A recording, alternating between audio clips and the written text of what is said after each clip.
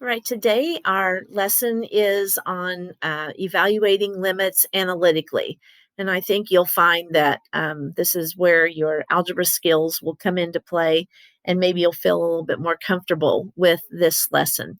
So from now on, when we evaluate limits, our first point of attack is going to be to substitute the value of c in for the x and evaluate the limit from there. So this is what I'll refer to as using direct substitution. Now, I'm going to go through some formulas or properties, and I think a lot of these will come naturally to you, but I do want to state them in the form of something that you could go back and look at. So the first would be if you have a constant.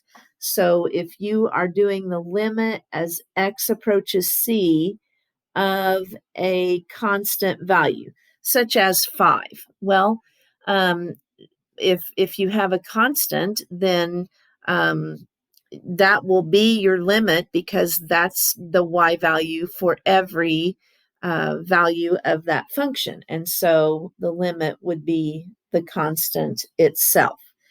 In all the other cases, we're going to be substituting in c where you see an x. So in the second one, the limit as x approaches c of the function x will just be c. And if you happen to have a power, then the limit as x approaches c of x to a power would then be substituting c in c to that power, so c to the nth power. So those are some basic limit definitions, and then we're going to look at some properties of limits. So let me erase this portion, and we'll scroll up to the next section. So properties of limits. I want you to pay attention to my given information here.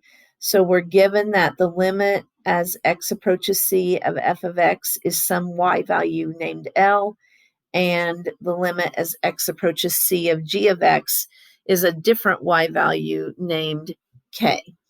And so if you're doing multiplication and you have a number multiplied by a function, it's what we call a scalar multiple, you can just bring that outside of the limit. So you can take that constant, whatever it is, and then do the limit as x approaches c of f of x.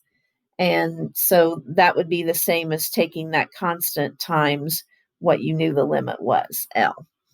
I think something that you'll do very naturally is you will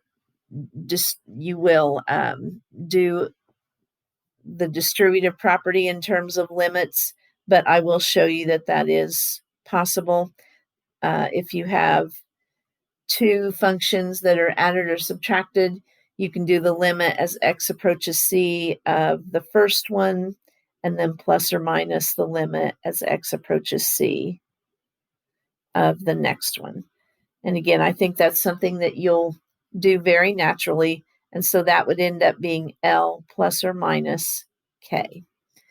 And then likewise with products, you can do the individual limits and then just multiply those together. So you can do, if you have two functions multiplied, you can do the limit as x approaches c of f of x times the limit as x approaches c of g of x, and just multiply those two limits together. So L times K. Similarly, if you have division, you can do the individual limits rather than doing the whole division. You can do the limit as x approaches c, limit as x approaches c of the numerator, f of x, divided by the limit as x approaches c of the denominator g of x. And so that is L over K. You do have to keep in mind that your denominator can never equal 0. So K can't equal 0. And then finally, and this was number 4, finally you have the limit as x approaches c of f of x to a power. And if you have that, then that just means that you're taking the limit to the power. So I'm going to squeeze that fifth one in right here. And so that would be L to the nth power. So those are your properties of limits. And I'm not going to make you restate those properties, but I did want you to know that you can distribute through, you can do individual limits basically, or if it's more convenient, you can combine the functions and then do the limit after the combination. So those are your properties of limits.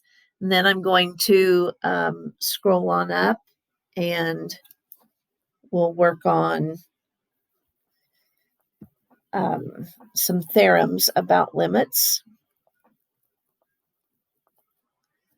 So moving on up,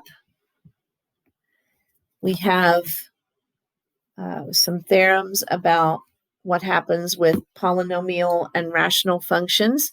And the nice thing is that you'll just be substituting in your value of c for the x. So the limit as x approaches c of a polynomial function for x would just be p of c, plugging in whatever that c value is, where the x is.